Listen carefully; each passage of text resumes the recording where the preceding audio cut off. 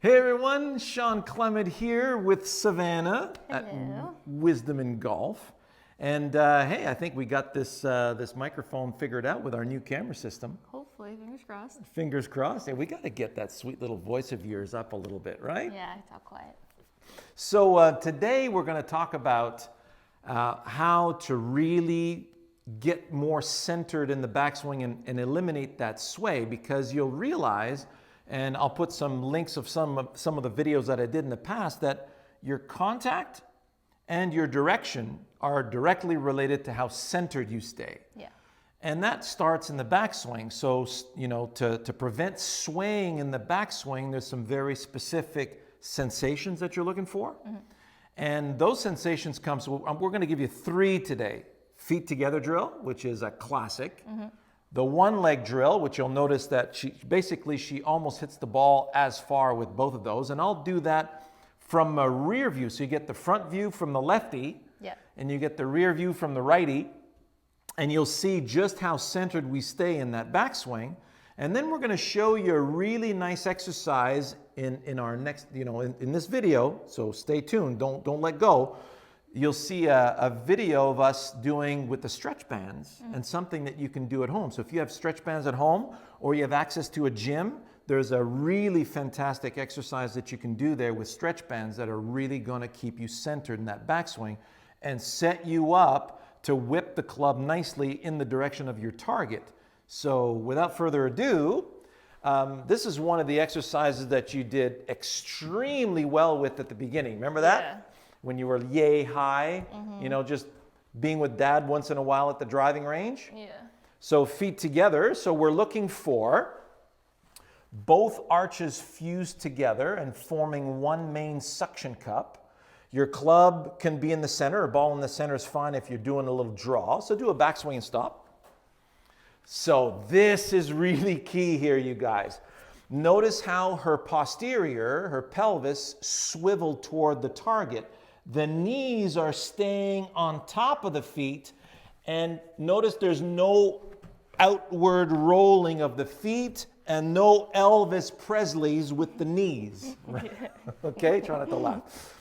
So when you do that again in the backswing, and notice how that sets up the tilt of the spine here. Just fabulous the way she's demonstrating that right now, and it just shows how far you've come. Mm-hmm. So do a couple of shots where we're going to hit it, let's say 100 yards with that 7-iron. Very nice. So we will put some nice, and at the end, we're going to put some nice slow motion views of all of these, okay? So do that in the backswing again and stop. So right now, her butt is counterbalancing the weight of her arms in the backswing. So right now, you're very centered. Yeah. And when the arms start coming down, the butt returns. Yeah.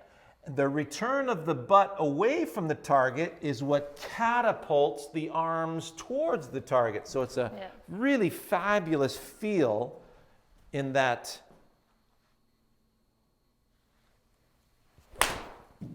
delivery of that kinetic chain, right? Yeah. So let's do one more of those. Really feel how you're using the weight of your arms and club to get through. Yeah, look at that. So that was an easy shot, easy swing, right? Yeah. So you're basically carrying that ball with that 7-iron about 140 yards. Yeah. So, I mean, that's pretty close to your max on that. You're basically one club, maybe a club and a half away from your full distance. Yeah. Now, let's move to, and here, I'll demonstrate that right afterwards from behind, okay? So you can see that. Let's go straight to the one leg drill. Now you'll notice when you go one leg, it drops that center of gravity back. So you'll see from behind here how that looks.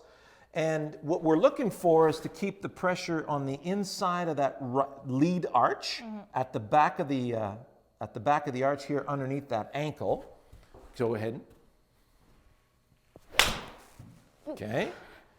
And The key now in the backswing is that full rotation, Yeah.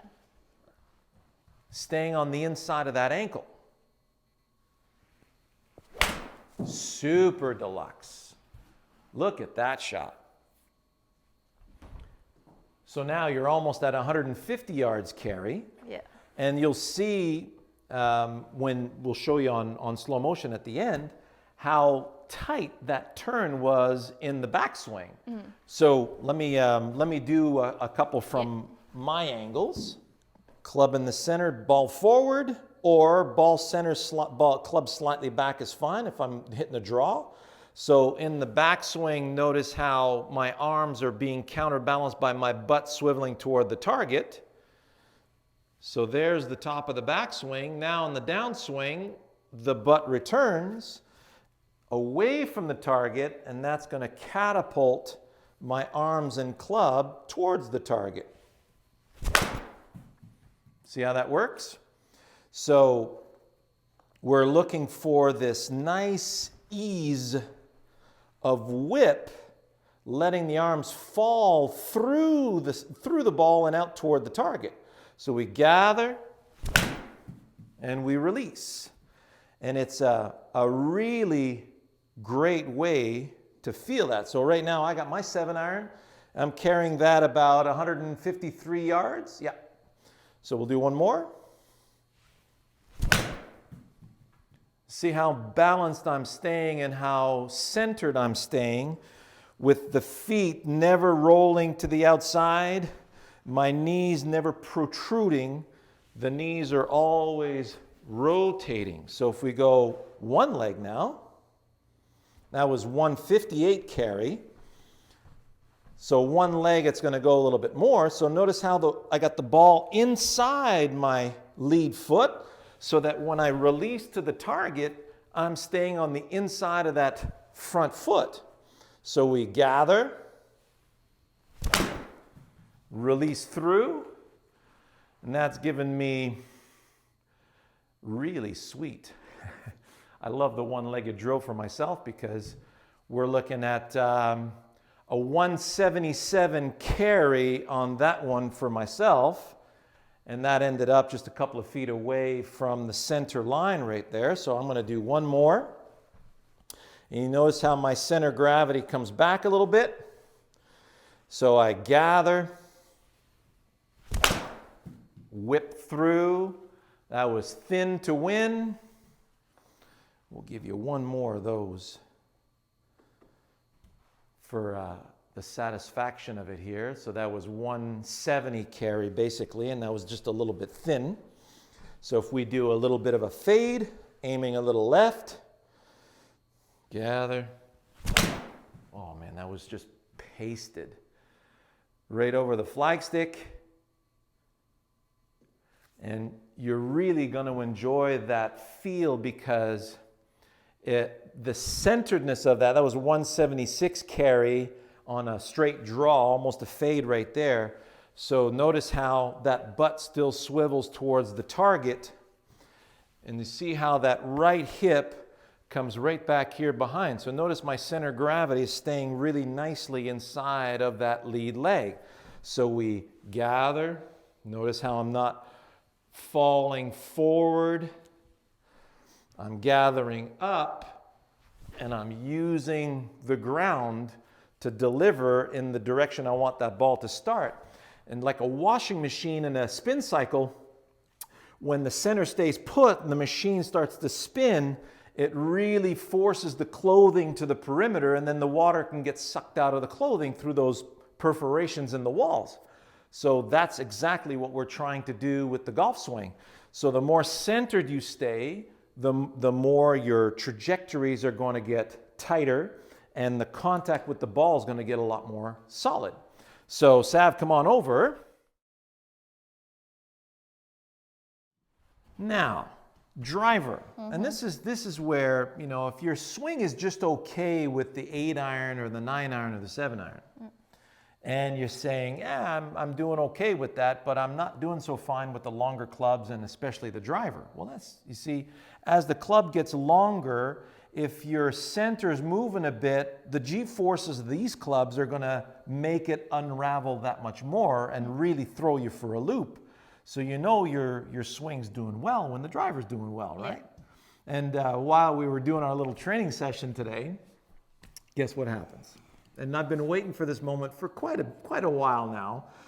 We had her with a stiff shaft, 8.5 degree driver, low spin. Yep. Which I have right now, slightly plus. It's basically a 9.25 driver. Yeah. But it's a low spin driver, and that's what you need. So the driver that you like with the regular shaft is actually about 20 yards shorter than that driver right now, if not a little more, right? Breaks my heart. So without further ado, let's have Savvy hit a couple of drivers. And so you got your height in the net, you've got your direction. Yeah. All right.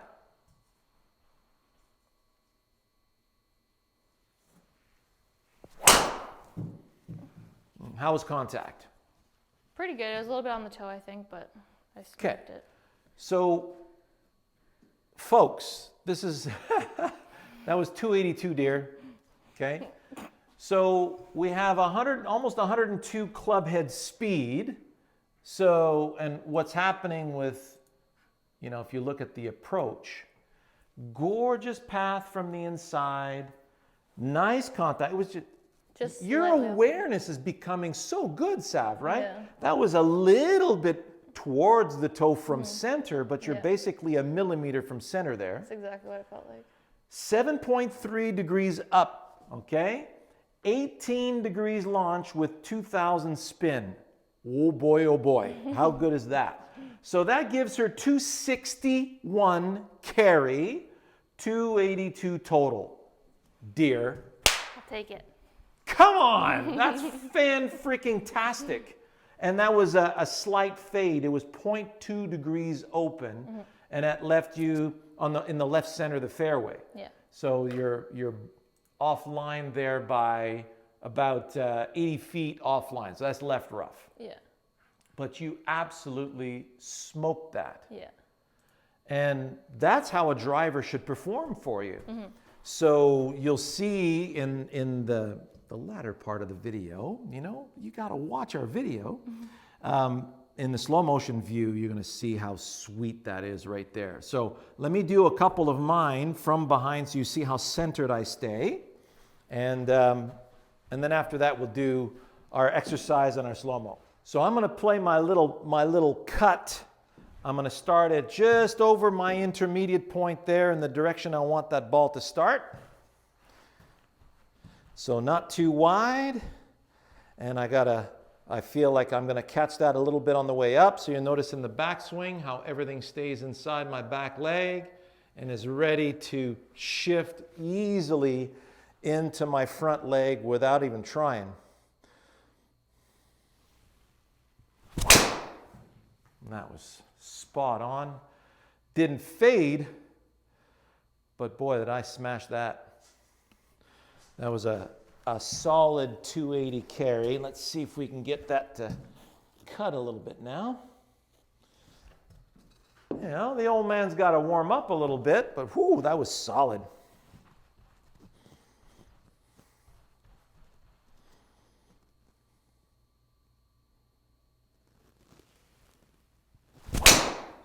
Oh, another solid shot. Absolutely smashed. Almost got that to fade. So there's an easy 295-yard drive, left center of the fairway. I had very centered contact. Look at that. So if we look at the accuracy potential as you're staying centered, look at my path. 1 degree to the left, 7 degrees up. Hey, it reminds me of somebody. And 15 degrees launch because I'm using a 7-degree driver. And so right in the center of the club face, just a little low, which gave me a little bit more spin than I wanted to, but my carry is 275, 295. I mean, that's my drive is your your patented 300-yard drive. That's basically what I'm looking for. If I get more than that as a bonus, fine.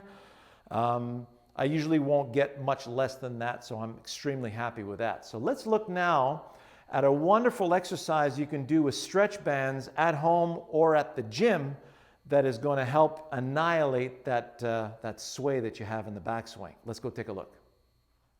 All right. So we're with Moo, our resident kinesiologist. Love this guy. He's awesome. Yeah. And so we have this great resistance band exercise. So we got this, you know, really heavy resistance on the door there. So if you have a cable machine at the gym, and we're moving eccentrically, right? Correct. So I've got to polish that side of my portfolio, if you will. Yeah. So go ahead and get into a position, Moo, where you're facing the door. Now your dominant side's your left side, right? Yeah. So you're facing the door right now with your pelvis and rib cage, and notice how the weight's on the inside of his trail foot. So now when you pull that resistance past you and down the hall, good.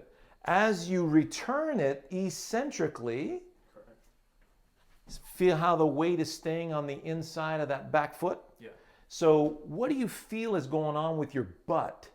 It's really activated to center my feet as well. So you feel your glute and the inside of that quad, and you feel like everything's staying on the inside there. Yeah. Now, do you feel your butt swivel toward the hallway on the way back? Yeah, it has to. It's because your body has to turn toward the target. There you go. So you feel like your whole backside is facing down the hall, including your butt, because the spine goes all the way down into that sacrum, which is the center of your pelvis. Let's see another one. Yeah, man. So you feel how that butt is returning down the hallway? Yeah. Whoop. Now, see, that's something. Notice how the foot was kind of rolling to the outside? Yeah. So, you know, Menashe is new as far as golf is concerned. Definitely not new as far as the gym is concerned. It's kind of reversed the roles. Yeah. So what we're looking for is the pressure staying on the inside of that arch. Yeah, man. Feel that? Yeah. For me, I just have to turn the toe out just a bit more so that I can allow the gravity, G-forces to push through the medial part of my foot. Awesome. So now if you have a cable machine, I'm going to do one too because I love this is one of my favorite exercises. So I like to move away and have some good tension here. And as I reach over, I feel like I have to face the whole door when I'm doing this. I pull that across. Geez, how'd you move that? Strong boy. So I move that forward, and then as I move slowly back to the door, notice how everything's staying on the inside of that foot. So Sav, you do it in the opposite direction for your swing. Take all of those. There we go. Good. So face the door first. Yes. Now notice when she faced the door, see how that microphone here is moving down the hall. Look at how everything's on the inside of that back foot. Go ahead. Let it come back. Yeah, so see that? So if I tried to push you off balance, push against me. Look at that. Very solid on the inside of that back foot. Do another one.